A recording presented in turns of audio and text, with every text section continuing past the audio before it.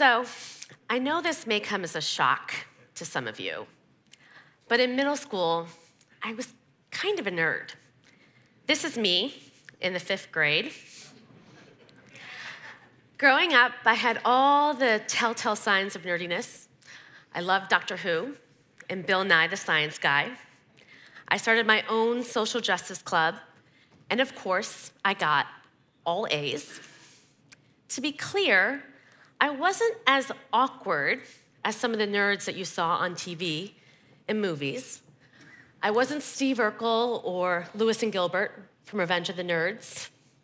I didn't have taped up glasses or a pocket protector. And I definitely wasn't this hunk. Sorry, Larry, I had to. But still, I suffered some of the same abuse that they got. Some of the same abuse that many of you in this room have gotten. And it wasn't necessarily because we were smarter. It was because we were different. We weren't like the other kids. We didn't dress the way they dressed. We didn't talk the way they talked. We didn't like the same things that they liked. Growing up in the 1980s, there were few things that were less cool than being a little brown girl who wanted to change the world. We were one of the few Indian families in my neighborhood, and we were often singled out by the local bullies. Many mornings, I'd stand there on my front lawn with my parents, cleaning up last night's teeping or egging. One day, somebody spray painted, "Dot head, go home," on the side of our house. In school, it was much worse. I was the favorite target of the original mean girls. They'd surround me, laughing hysterically, taunting me, calling me a Haji. On the last day of 8th grade, they challenged me to a fist fight in the back of the school. They showed up with a Wilson tennis racket, a baseball bat, and a bag full of shaving cream. I showed up alone and left with a big black eye. Many of us in this room have faced some version of this saga in our past, but we know how the story ends. The nerds win, and it's not even close. If you need any proof at all, just look at Fortune 500. And these self-described misfits and outcasts, they finally find a place where they belong, a place they can all call home, a place called Silicon Valley. Here, they make the rules.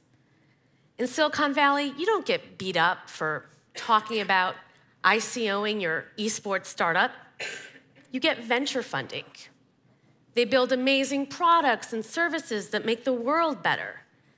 They drive Ferraris, date models, pop Dom after their IPOs, all the while sporting a cool pair of Converse and a hoodie.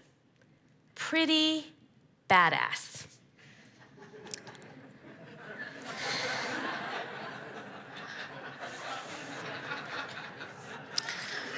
Silicon Valley becomes the real-life Revenge of the Nerds, or its sequel.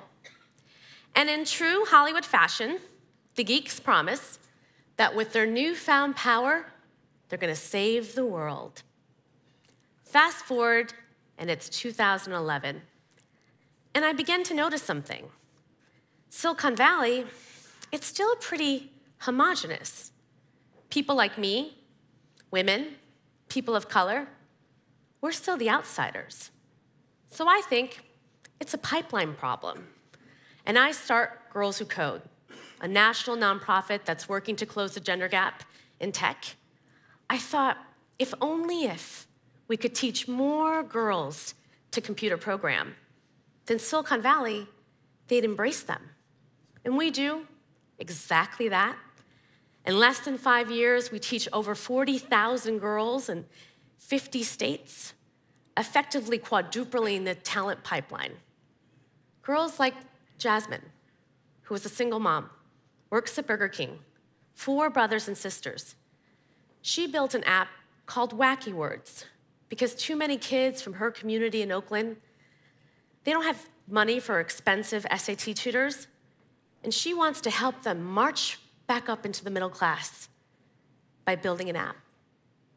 Girls like Trisha, who have been cyberbullied their entire life, she takes that pain and goes into her bedroom and builds an app called Rethink. So every time you're about to send something that's not so nice, it asks you, are you sure you want to send this? So smart, so different. I thought for sure these nerds would be accepted in Silicon Valley. I mean, come on. If there's any place in the entire world that's going to be open to outsiders, Silicon Valley, right? If anyone is going to be inclusive, it's the very people who know what it's like to be ostracized, rejected, teased for just being who you are. There is nothing more that I love than teaching girls to conquer their fears and master coding. But when I look at statistics like these, I can't help but feel like I'm leading them into the lion's den. You know, reading all the recent memos and open letters and lawsuits, I just can't help but feel that my girls, they're gonna be discriminated against and put down the way that I was, the way that so many of you were back when we were the outcasts. Seems to me that some people in Silicon Valley, they've lost their way. They've forgotten their roots. Now that they've made it, they're shutting the door on people who look different, speak different, think differently. They're not opening up their workplaces to people who are talented, with people from different backgrounds and different identities. Instead, they're making people feel unwanted, unwelcome, inferior, and even unsafe. I get it. It feels good to finally be the cool kids. It's hard to make room at the popular table. It's uncomfortable. But if we're serious about making the world a better place, we gotta start right at home. Tech CEOs love to talk about how there's no problem that they can't solve. Well, I see one right here and right now, and we're not solving it. My girls, they just want a chance to show you what they're capable of. And if everybody in this room, if you gave them that chance, not only would we close the gender gap in tech, but you would build better, stronger, more profitable companies. All it takes is remembering that what made us different is what makes us so successful. The world, it's a better place because of nerds. Just imagine where we'd be without them. No PCs, no internet, no smartphones, no streaming Game of Thrones. We have all of this because the nerdiest of nerds came to Silicon Valley to be different, to let their freak flags fly high. That's what I love about Silicon Valley. That's what makes it so special. That's what makes your companies so special, so successful, because you care about more than just the bottom line. You care about building technology to make a difference. I admire that so much, and so do my girls. They dream one day of working at your companies and joining your community. Let's not forget our roots. Let's put an end to leaving people behind and putting people down. Let's join together and say, Silicon Valley is a place for nerds, no matter who you are or what you look like. And we're pretty proud of that. Thank you. Stay on stage. That was amazing. Thank you, Reshma. Before you leave, I have one question. Okay. Which is you gave a TED Talk in which you advised women, girls, to be brave but not perfect. Yeah. What does that mean? So, I think we raise our girls to be perfect, and we raise our boys to be brave.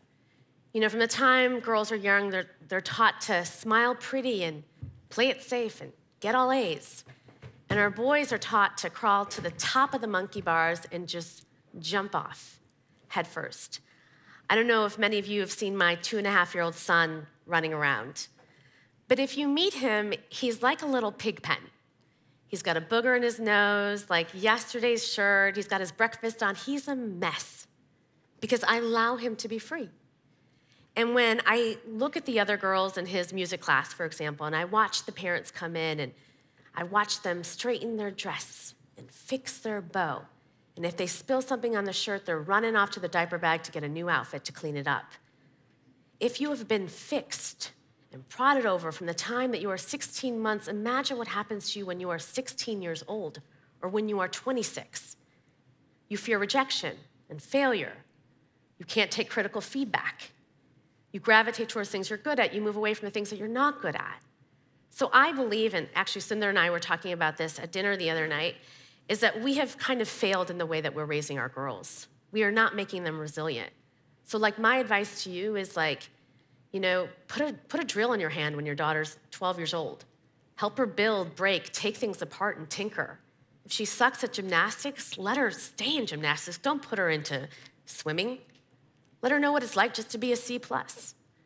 Because if we teach our girls to be brave, if we teach our girls to be imperfect, if we teach our girls to love challenge and new things, I think that we're just going to create a generation of young women who are going to take the world over. All right, thank you so much, Reshma. Thank you. Thank you.